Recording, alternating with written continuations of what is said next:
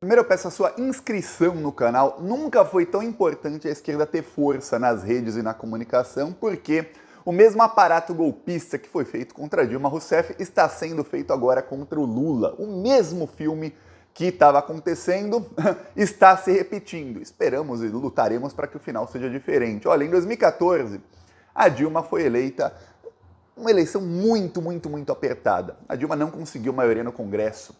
E aí, logo que começou 2015, parte da esquerda, que é a esquerda antipetista, a esquerda que não é do PT, começou a cobrar a Dilma para que ela peitasse o Eduardo Cunha, falando: você não pode fazer conluio com criminosos, você não pode ficar ao lado desse cara, não sei o quê, temos que peitar. Parte da esquerda chegou inclusive a falar: ó, pode peitar o Eduardo Cunha que a gente vai resolver, a gente vai no Twitter e faz um escândalo.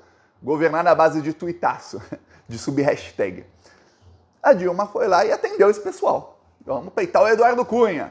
Eu lembro que em 2015 eu avisei, não tinha ainda o canal do Plantão Brasil, mas já tinha o site plantãobrasil.net e o aplicativo do Plantão Brasil, e eu avisei, eu escrevi vários artigos e avisei, escrevi no Facebook: se peitar o Eduardo Cunha, teremos um golpe de Estado. Dito e feito, tivemos golpe de Estado, culminou na prisão do Lula, a eleição do Bolsonaro, 1 milhão de mortos na pandemia, a gente sabe que 700 mil é um número com subnotificação, e toda essa desgraça. Pois bem, em 2022, o Lula é eleito na eleição, uma das eleições mais apertadas da história. O Lula não consegue a maioria no Congresso e a mesma coisa, parte da esquerda começou a falar pro Lula peitar o Arthur Lira. Peita o Arthur Lira, vai pra cima dele. Eu vi até aí o Janones falando que ó, tem que peitar mesmo, a gente resolve nas redes sociais. Igualzinho. O Janones não conseguiu nem ir pra CPMI, ficou lá fazendo tuitaço, não sei o quê, subindo hashtag, não conseguiu nem ser indicado pra CPMI. Você acha que consegue governar por meio de fazer escarcéu em rede social? Não consegue. Pois bem, o Lula não é a Dilma. O Lula também já viu esse filme assim como eu vi, e o final será diferente. Só que o contexto é o seguinte, é o petróleo do Brasil. O golpe de 2016 foi feito para roubar, entre outras muitas coisas, para roubar o nosso petróleo. Para quem não sabe, o pré-sal vale 20 trilhões de reais. Boa parte disso já foi roubada pelas petroleiras estrangeiras, que são quem financiam aí, pagam jornalistas da grande mídia e tudo mais. Acontece o seguinte, o Brasil descobriu que o pré-sal é muito maior do que se imaginava. Então o pré-sal vale 20 trilhões? Vale, ok. Só que no norte do Brasil, no lugar que se chama Bacia da Foz do Amazonas, porque fica numa região ali que é perto de onde deságua o rio Amazonas no mar, descobre-se que temos não se sabe ainda, porque não foi enviado não fizeram ainda a exploração do local para saber quanto tem mais ou menos. Mas a estimativa é que tem entre 10 e 25 trilhões ali. Então, se o pré-sal todo vale 20, imagina que o Brasil pode conseguir mais entre 10 e 25, quer dizer, pode ser mais que o dobro.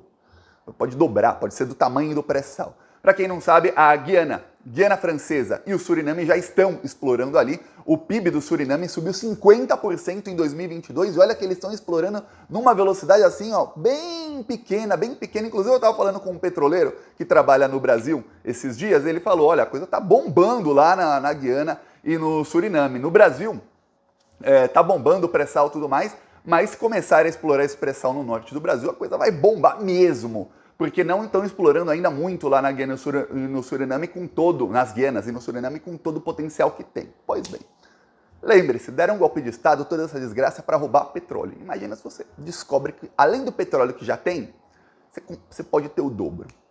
Coincidência ou não, a partir desse momento começou uma esquerda antipetista a peitar o governo Lula, falar que o Lula não pode explorar esse petróleo.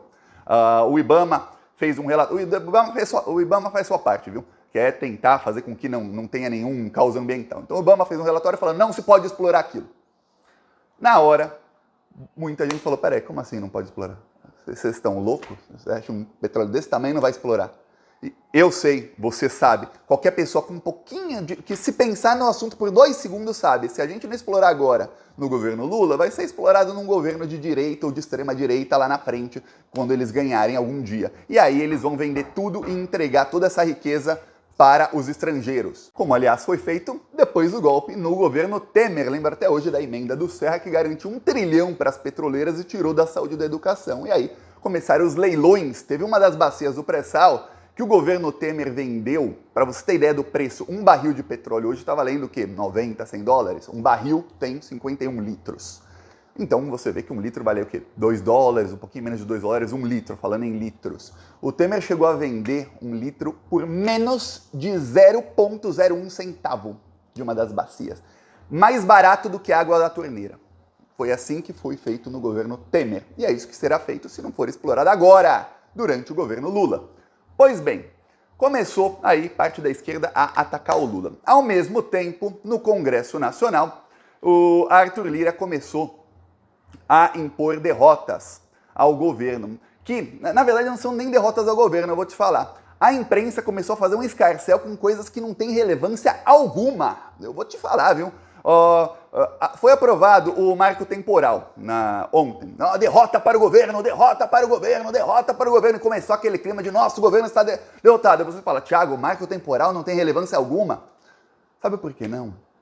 Primeiro, se passou na Câmara, não passa no Senado. Então a Câmara aprovou, mas não passa no Senado.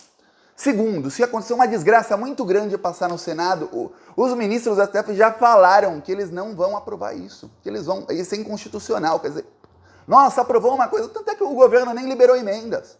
Derrota para o governo, o Lula estava nem aí para isso, aprova, bom pra você, que coisa, né, Arthur Lira, aprovou, e depois, né, nada. Marco temporal, para quem não sabe, regulamenta as terras indígenas em enfiaram no projeto de lei várias outras coisas para ferrar os indígenas e para fazer com que os produtores, os ruralistas, a maioria deles bolsonaristas, consigam mais e mais e mais terras ali, principalmente na Amazônia, para que possam plantar mais. Pois bem, novamente, irrelevante, porque jamais valerá esse marco temporal. Se passar o Lula veta, antes do veto ser votado, o STF já fala inconstitucional, fim. Outros projetos também o Arthur Lira conseguiu aprovar aí nos últimos dias. Todos estão sendo veiculados pela imprensa como derrotas para o governo, derrotas para o Lula, olha, e aí você vê matérias dizendo, olha, o Lula tem que começar aí a dar para o Arthur Lira o que ele quer, porque, olha, vai ficar ruim. Entre dar para o Arthur Lira o que ele quer, não é só dar dinheiro para emendas, não é só dar um ou outro ministério ou coisas do tipo, não. É também parar completamente qualquer tipo de plano de extração da fortuna que vale aí entre 10 a 25 trilhões que o Brasil achou.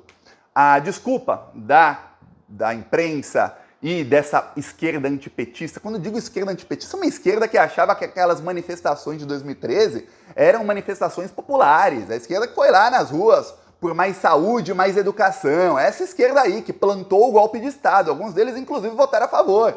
Alguns deles inclusive, estavam a favor do Sérgio Moro e da Lava Jato. Esse pessoal elogiava a Lava Jato. Alguns deles tiraram foto com Bretas, com Sérgio Moro, gente aí de esquerda. E depois fizeram aí uma revalidação do que fizeram, né? Fizeram ali uma mudança de marketing para poderem continuar se elegendo. Muitos até foram eleitos com a foto do Lula no santinho, viu? Muitos. Pois bem, o que acontece? O argumento deles é que, olha, esse petróleo ele fica na foz do Amazonas. E aí eles usam uma confusão que as pessoas não entendem muito, propositalmente. Eles fazem a confusão de foz com nascente. Como se olha, se acontecer um desastre ambiental, vai acabar com o rio Amazonas. O rio Amazonas é o rio que tem o maior fluxo de água do mundo. A foz é onde o rio deságua no mar. Se acontecesse um desastre ambiental, olha, podia cair petróleo pra caramba, mas quando eu digo pra caramba, assim, bilhões de barris. A chance desse petróleo chegar no rio Amazonas é zero. Zero. Porque imagina você... Eu vou te fazer uma analogia. Imagina você liga o chuveiro da sua casa, a água tá caindo, né? Tá caindo. Aí agora imagina que você pega uma mangueira e coloca a água para cima. Você acha que a água da mangueira vai conseguir, uma mangueira normal, a água da mangueira vai conseguir fazer com que toda a água do chuveiro que está caindo suba? Não vai conseguir. Agora você imagina uma correlação de forças, mas 1 bilhão de vezes maior, que é toda a água do maior rio do mundo desaguando no mar, não tem como. Porém, tem uma outra coisa. A parte onde tem petróleo no Brasil, onde se descobriu, fica a 500 quilômetros da foz do Amazonas, de onde o rio deságua no mar. 500 quilômetros. A Guiana está neste exato momento, enquanto eu gravo o vídeo, neste exato momento, enquanto você assiste o vídeo, e desde mais de um ano atrás, a Guiana está explorando petróleo menos de 50 quilômetros da foz, ou seja, 10 vezes menos. Então, se a Guiana já está explorando petróleo mais de um ano, a menos de 50 quilômetros, por que o Brasil, com a Petrobras, e olha, um amigo petroleiro americano, ele trabalha numa empresa francesa, né? Só que no Brasil, ele falou, olha, pensa numa empresa no mundo que tem muito, mas muito, que faz assim, de tudo para que não tenha nada de desastre ambiental. É a Petrobras. Diz ele trabalha na Total. Diz ele que ele já trabalhou em outras petroleiras, que não, isso não acontece em outras empresas do mundo. Na Petrobras, ele diz que, como a empresa dele trabalha com a Petrobras também, ele diz que cada procedimento pequenininho que ele faz, ele tem que assinar, tem contrato, tem isso e tem aquilo. E em outros lugares do mundo, não. Você tem, claro, tem sempre ali muita fiscalização, tem sempre muito cuidado com o meio ambiente, mas no Brasil a coisa é em um nível que ele fala, ó, meu trabalho é 10 vezes mais difícil trabalhando no Brasil. Então eu falei, pô, caramba. Então quer dizer que as petroleiras que não têm todo o cuidado da Petrobras estão explorando a 50 quilômetros e o Brasil não pode explorar a 500. Com a Petrobras. Você está entendendo onde isso vai chegar, né? Aí começa o golpismo de Arthur Lira. Essa mesma esquerda começou já a plantar nas redes sociais que o Lula tem que peitar o Arthur Lira, que o Lula não pode. Inclusive usando exatamente o mesmo argumento que usavam com a Dilma. Você não pode fazer conluio com bandidos. Só que tem um problema. O Lula tem maioria no Congresso? Não. O Lula tem apoio da grande imprensa? Não. O Lula tem apoio do mercado financeiro, dos Estados Unidos, esse pessoal todo? Não. O Lula vai peitar o Arthur Lira. Igual a Dilma peitou o Eduardo Cunha. Você repete a mesma receita com os mesmos ingredientes e você quer um resultado diferente. Já vi esse filme, acredito eu que você também já tenha visto. Comenta aí se você já viu ou não. A diferença é que o Lula é um articulador muito melhor do que era a Dilma. A Dilma não gostava de políticos, a Dilma não fazia política, a Dilma era uma pessoa técnica. Por exemplo, a Dilma hoje é a presidenta do Banco do BRICS. Ela vai ser a melhor presidenta do Banco do BRICS da história desse banco. Podem passar 100 depois dela.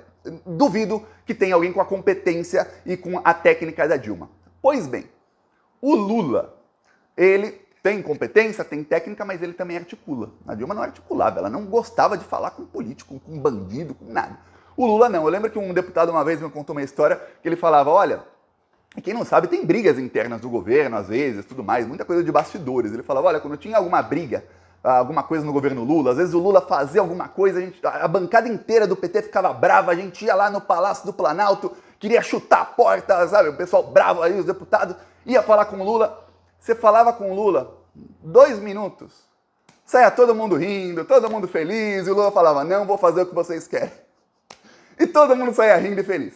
Ele falava, quando era com o governo Dilma, às vezes era um negócio pequenininho, a gente ia lá bravo, conversa demorava ali 2 minutos, 5, meia hora, não importa, saía todo mundo mais bravo do que entrou e a Dilma falava, vou fazer o que vocês querem. Quer dizer, é isso a política, é você conseguir fazer o outro falar, pô, eu não vou te dar o que você quer, mas fique feliz, e o outro fica. Isso é ter poder de articulação. A Dilma não tinha esse poder, ela é uma pessoa técnica, ó, é assim, assim, assim, número, tal, tal, tal, tanto é que muitas falas da Dilma que estavam corretas eram tiradas de contexto para parecer que estavam erradas. Pois bem, e voltou aí o golpismo da grande mídia com tudo, com tudo. Ó, tem uma matéria de capa no Globo de hoje, eu não sei se ainda está na capa, que o presidente da Petrobras acabou de falar, é fake news da Globo contra ele. Vamos lá, eu vou aqui, está inclusive nesse exato momento no Twitter dele, ele está sendo atacado agora por tudo quanto é jornalista, colocou isso aqui, presidente da Petrobras. Ó. Ele escreveu fake, não dá para ler aqui, vamos ver, vai dar para ler. Ele escreveu fake numa matéria da Malu Gaspar. Aliás, não é a primeira não dela, viu? Não é a primeira e nem vai ser a última. A Malu Gaspar escreveu, presidente da Petrobras diz a conselheiros que exploração na foz do Amazonas vai sair em 6 meses. Aí diz o presidente da Petrobras, esta notícia abaixo não é verdadeira. Ele coloca em letras garrafais, ó, não é verdadeira. Letra garrafal, não é verdadeira. Um dos problemas sérios que vamos ter que resolver é o vazamento de informações e a invenção de notícias falsas atribuídas a fontes do Conselho da Petrobras. Desde gestões anteriores vem um hábito despreocupado de vazar, sempre para os mesmos colunistas, tudo o que se discute no Conselho da Petrobras. Agora piorado por práticas de desinformação, falsidade ideológica, difamação e quebra de sigilo, distorção intencional de informação privilegiada. Você vê que é uma coisa grave. Ou seja, com certeza discutiram no Conselho da Petrobras a exploração ali na foz do Amazonas, mas começaram a vazar coisas erradas para a imprensa. Segue ele, conselheiros estão sendo alertados e medidas estão sendo tomadas para investigar esse tipo de prática. E os colunistas que se alimentam dessas fontes e cultivam o hábito de divulgar sem checar também terão mais dificuldades. Olha, ela coloca presidente da Petrobras, diz a conselheiros, e não pergunta ao presidente da Petrobras, que é quem disse. Esse é o nível. Enquanto isso tudo acontece, eu vou te dar a boa notícia. Obviamente o Lula não vai sofrer golpe, porque o Lula sabe fazer articulação política. Outra coisa, alguns analistas estão falando, quem quiser comenta que eu faço vídeo só sobre isso, aqui já tá, vou me alongar demais, já estão falando que o Brasil, se explorar esse novo pré-sal, o Brasil se torna em menos de 10 anos a Suíça da América Latina. O Brasil vai ter uma qualidade de vida e um nível de dinheiro no país que nenhum outro país, nem da América Latina, e hoje, você pega toda a Europa, chegará a ter. Talvez, aí eu posso falar, o Suriname, que é um país pequenininho, que tem petróleo pra caramba, talvez consiga ter aí a Guiana também. A Guiana Francesa nem é considerada muito América Latina, mas também pode ter. Mas no caso do Brasil, a quantidade de petróleo, porque o território do Brasil é maior, a costa do Brasil é maior, que o Brasil vai achar, tende a achar, é muito, mas é muito maior do que desses países. Então, veja aí, estamos aí na iminência de ou o Lula escutar essa parte da esquerda aí, não vai escutar porque ele sofreu na pele, mais até do que nós, os efeitos do golpe, né? Ele é quem ficou preso sendo inocente. O Lula não vai escutar essa esquerda, ou, exatamente, o Lula não escuta a esquerda e o Brasil ele consegue fazer articulação e o Brasil vai para frente. Essa é a curva da história em que nós estamos exatamente neste momento. Eu acho muito importante avisar para você e que você avise para mais gente. Essa briga toda, Lula, Arthur Lira, com a imprensa jogando gasolina na fogueira, nem tem fogueira, mas a imprensa jogando gasolina, o pano de fundo dessa briga toda são 25 trilhões de reais em petróleo. Saiba disso, maior do que o nosso atual pré-sal. Peço aí sua inscrição no canal e seguiremos aí na luta, hein? Falou!